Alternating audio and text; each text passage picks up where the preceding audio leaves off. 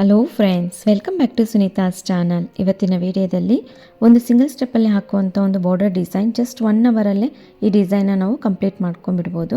ಸ್ಯಾರಿ ಬಂದುಬಿಟ್ಟು ಈ ರೀತಿ ಪಿಂಕ್ ಆ್ಯಂಡ್ ಗ್ರೀನಲ್ಲಿದೆ. ನಾನು ಯೂಸ್ ಮಾಡ್ತಾ ಇರೋ ಕ್ರೋಶೆ ನಂಬರ್ ಬಂದುಬಿಟ್ಟು 10 ತೊಗೊಂಡಿದ್ದೀನಿ. ಹಾಗೆ ಈ ರೀತಿ ವೀಟ್ ಬೀಡನ್ನು ಯೂಸ್ ಮಾಡ್ತಾ ಇದ್ದೀನಿ. ವೀಟ್ ಬೀಡ್ ಅಥವಾ ರೈಸ್ ಬೀಡ್ ಅಂತ ಕರೀತಾರೆ ಇದನ್ನು. ತುಂಬ ಈಸಿಯಾಗಿ ಇರೋವಂಥ ಡಿಸೈನು. ಹಾಗೆ ನೋಡಿ 6 ಎಳೆ ದಾರನ ತೊಗೊಂಡಿದ್ದೀನಿ. ಈ ರೀತಿಯಾಗಿ ತುಂಬ ಏನು ಎಳೆ ಬೇಕಾಗೋದಿಲ್ಲ, 6 ಲೈನ್ಸ್ ಆದರೆ ಸಾಕಾಗುತ್ತೆ. ಈಗ ಹಾಕೋದು ಹೇಗೆ ಅಂತ ನೋಡೋಣ. ಅದಕ್ಕೆ ನೋಡಿ, ಫಸ್ಟ್ ನಾವು 6 ಎಳೆ ದಾರನ ಈ ರೀತಿ ಸ್ಯಾರಿ ಬ್ಯಾಕ್ ಸೈಡಲ್ಲಿ ಇಟ್ಬಿಟ್ಟು ಒಂದು ಸಿಂಗಲ್ ಕ್ರೋಶೆಯಿಂದ ಲಾಕ್ ಮಾಡ್ಕೋಬೇಕು. ಲಾಕ್ ಆದಮೇಲೆ ಈಗ ನೋಡಿ 4 ಚೈನ್ಸನ್ನು ಹಾಕ್ಕೊಳ್ಳೋಣ. ಈ ರೀತಿ 4 ಚೈನ್ಸನ್ನು ಹಾಕ್ಕೊಂಡು ಅದೆಲ್ಲಿಗೆ ಬರುತ್ತೋ ಸೀರೆ ಮೇಲೆ ಕರೆಕ್ಟಾಗಿ ಈ ರೀತಿಯಾಗಿ ಇಟ್ಬಿಟ್ಟು ನೋಡಿ, ಈ ರೀತಿಯಾಗಿ ಇಟ್ಟು ಒಂದು ಸಿಂಗಲ್ ಕ್ರೋಶೆಯಿಂದ ಲಾಕ್ ಮಾಡ್ಕೋಬೇಕು.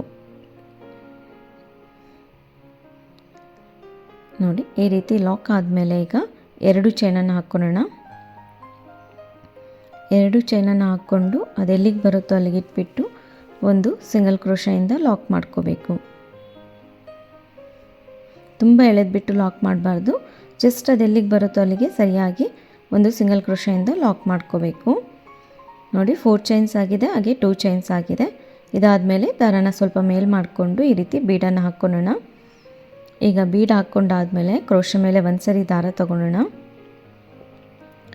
ದಾರ ತಗೊಂಡು ಈಗ ಹಾಕಿರ್ತೀವಲ್ಲ 2 ಚೈನು, ಅದ್ರ ಒಳಗಡೆ ಹೋಗಬೇಕು. ನೋಡಿ, 2 ಚೈನ್ ಒಳಗಡೆ ಹೋಗಿ ದಾರಾನ ಎಳ್ಕೊಂಡು ಬರಬೇಕು. ಕ್ರೋಶೆ ಮೇಲೆ 3 ದಾರ ಇರುತ್ತೆ. ಫಸ್ಟ್ 2 ಒಂದು ಮಾಡ್ಕೊಳ್ಳೋಣ.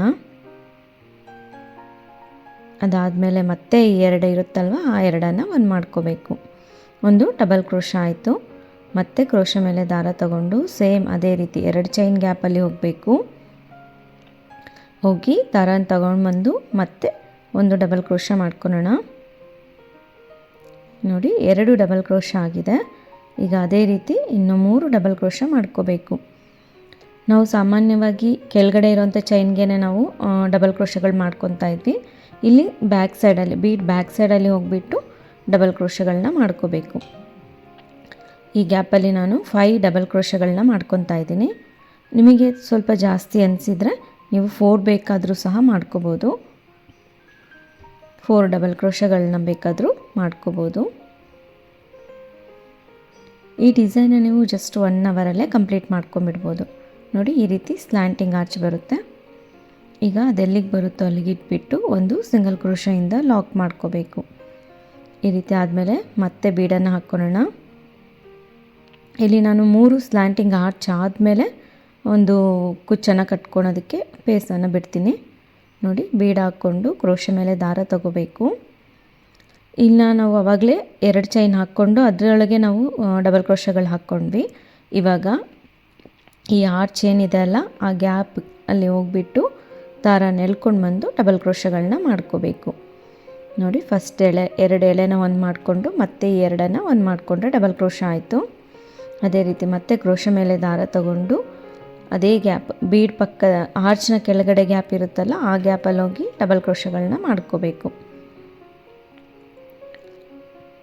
ನಾನಿಲ್ಲಿ 5 ಡಬಲ್ ಕ್ರೋಶಗಳನ್ನ ಮಾಡ್ಕೊತಾ ಇದ್ದೀನಿ. ನಿಮಗೆ ಗ್ಯಾಪ್ ಇದೆ ಅಂತ ಅನಿಸಿದರೆ ಇನ್ನೂ ಒಂದು ಡಬಲ್ ಕ್ರೋಶನೂ ಮಾಡ್ಕೋಬೋದು. ಆವಾಗ ಆರ್ಚು ಇನ್ನೊಂದು ಸ್ವಲ್ಪ ದೊಡ್ಡದಾಗಿ ಕಾಣಿಸುತ್ತೆ.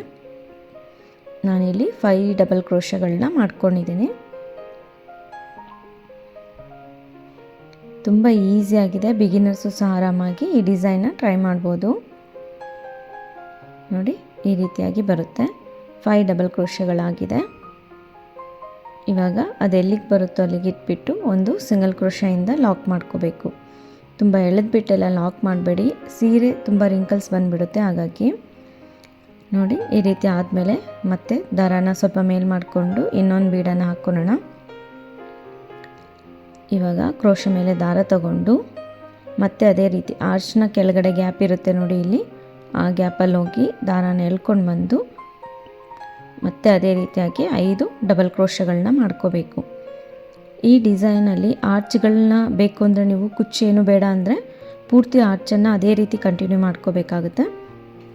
ಇಲ್ಲಾಂದರೆ ಈ ರೀತಿ 3 ಅಥವಾ 4 ಆರ್ಚ್ ಆದಮೇಲೆ ಒಂದು ಕುಚ್ಚಿಗೆ ಗ್ಯಾಪನ್ನು ಬಿಡಬೇಕಾಗುತ್ತೆ.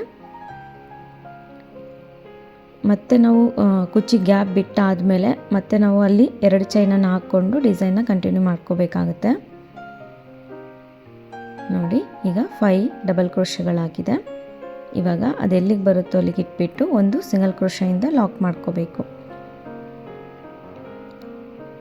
ಈ ರೀತಿಯಾಗಿ ಬರುತ್ತೆ ಡಿಸೈನು. ಕುಚ್ಚಿಲ್ಲ ಅಂದರೂ ಸಹ ಈ ಡಿಸೈನ್ಗೆ ತುಂಬಾ ಚೆನ್ನಾಗಿ ಕಾಣಿಸುತ್ತೆ. ಕುಚ್ಚು ಬೇಕು ಅನ್ನೋದಾದರೆ ಈ ರೀತಿಯಾಗಿ ಪ್ಲ್ಯಾನ್ ಮಾಡ್ಕೊಳ್ಳಿ. ಅದಾದಮೇಲೆ ಈಗ 4 ಚೈನ್ಸನ್ನು ಹಾಕ್ಕೊಳ್ಳೋಣ. ನೋಡಿ 4 ಚೈನ್ಸನ್ನು ಹಾಕ್ಕೊಂಡು ಈಗ ಬಟ್ಟೆ ಮೇಲೆ ಎಲ್ಲಿಗೆ ಬರುತ್ತೋ ಅಲ್ಲಿಗೆ ಇಟ್ಬಿಟ್ಟು ಒಂದು ಸಿಂಗಲ್ ಕ್ರೋಶೆಯಿಂದ ಲಾಕ್ ಮಾಡ್ಕೋಬೇಕು. ಈ ರೀತಿಯಾಗಿ ಲಾಕ್ ಆದಮೇಲೆ ಮತ್ತೆ ಈಗ 2 ಚೈನನ್ನು ಹಾಕ್ಕೊಂಡು ಕಂಟಿನ್ಯೂ ಮಾಡ್ಕೋಬೇಕು. ಅದೇ ರೀತಿ ಡಿಸೈನ್ ಪೂರ್ತಿ ಕುಚ್ಚಿಗೆ ಗ್ಯಾಪ್ ಇಟ್ಟಿರ್ತೀವಲ್ಲ, ಆ ಗ್ಯಾಪ್ ಆದಮೇಲೆ 2 ಚೈನ್ಸನ್ನು ಹಾಕ್ಕೊಂಡು ಬೀಡನ್ನು ಹಾಕ್ಕೋಬೇಕಾಗುತ್ತೆ. ಅಂದರೆ ಕುಚ್ಚಿಗೆ ಏನಾದರೂ ನೀವು ಗ್ಯಾಪ್ ಇಡಲ್ಲ ಅನ್ನೋದಾದರೆ ಅದೇ ರೀತಿ ಕಂಟಿನ್ಯೂ ಮಾಡ್ಕೋಬೇಕು. 2 ಚೈನ್ ಹಾಕ್ಕೊಳ್ಳೋ ಅವಶ್ಯಕತೆ ಇರೋದಿಲ್ಲ. ನೋಡಿ ಈ 2 ಚೈನ್ ಗ್ಯಾಪಲ್ಲಿ ಹೋಗ್ಬಿಟ್ಟು ಅದೇ ರೀತಿ 5 ಡಬಲ್ ಕ್ರೋಶೆಗಳನ್ನ ಮಾಡ್ಕೋಬೇಕು. ಅದೇ ರೀತಿ ನಾನು ಪೂರ್ತಿ ಸ್ಯಾರಿಗೆ ಕಂಪ್ಲೀಟ್ ಮಾಡಿಕೊಂಡು ಕುಚ್ಚನ್ನು ಸಹ ಕಟ್ಬಿಟ್ಟು ತೋರಿಸ್ತೀನಿ. ಈ ಡಿಸೈನ್ ನನಗಂತೂ ತುಂಬಾ ಇಷ್ಟ ಆಯಿತು. ಈ ರೀತಿ ಡಿಸೈನ್ಸ್ ಅಂದರೆ ತುಂಬಾ ಕಡಿಮೆ ಟೈಮಲ್ಲಿ ಆರಾಮಾಗಿ ಫಿನಿಶಿಂಗ್ ಮಾಡ್ಕೊಬಿಡ್ಬೋದು. ಹಾಗೆ ನೋಡಿ ನಾನು ಪೂರ್ತಿ ಕಂಪ್ಲೀಟ್ ಮಾಡಿಕೊಂಡು ಕುಚ್ಚನ್ನು ಸಹ ಕಟ್ಬಿಟ್ಟು ತೋರಿಸ್ತಾ ಇದ್ದೀನಿ. ಈ ರೀತಿಯಾಗಿ ಬಂದಿದೆ. ತುಂಬ ಗ್ರ್ಯಾಂಡ್ ಲುಕ್ಕಲ್ಲಿ ಬರುತ್ತೆ ಈ ಡಿಸೈನು. ಜಸ್ಟ್ 1 ಅವರ್ ಟೈಮ್ ಇದ್ದರೂ ಸಾಕು, ನೀವು ಆರಾಮಾಗಿ ಈ ಡಿಸೈನ್ನ ಟ್ರೈ ಮಾಡ್ಬೋದು. ಈ ಡಿಸೈನ್ಗೆ ನಾವು 350ಇಂದ 450ವರೆಗೂ ಚಾರ್ಜಸ್ ಮಾಡ್ಬೋದು. ಈ ವಿಡಿಯೋ ಇಷ್ಟ ಆಗಿದೆ ಅಂದ್ಕೊಂಡಿದ್ದೀನಿ. ಇಷ್ಟ ಆಗಿದರೆ ಪ್ಲೀಸ್ ಲೈಕ್ ಮಾಡಿ, ಶೇರ್ ಮಾಡಿ. ಸಬ್ಸ್ಕ್ರೈಬ್ ಆಗಿಲ್ಲ ಅಂದರೆ ಸಬ್ಸ್ಕ್ರೈಬ್ ಆಗಿ. ಮತ್ತೊಂದು ಒಳ್ಳೆ ವಿಡಿಯೋ ಜೊತೆಗೆ ಭೇಟಿ ಆಗೋಣ. ಧನ್ಯವಾದಗಳು.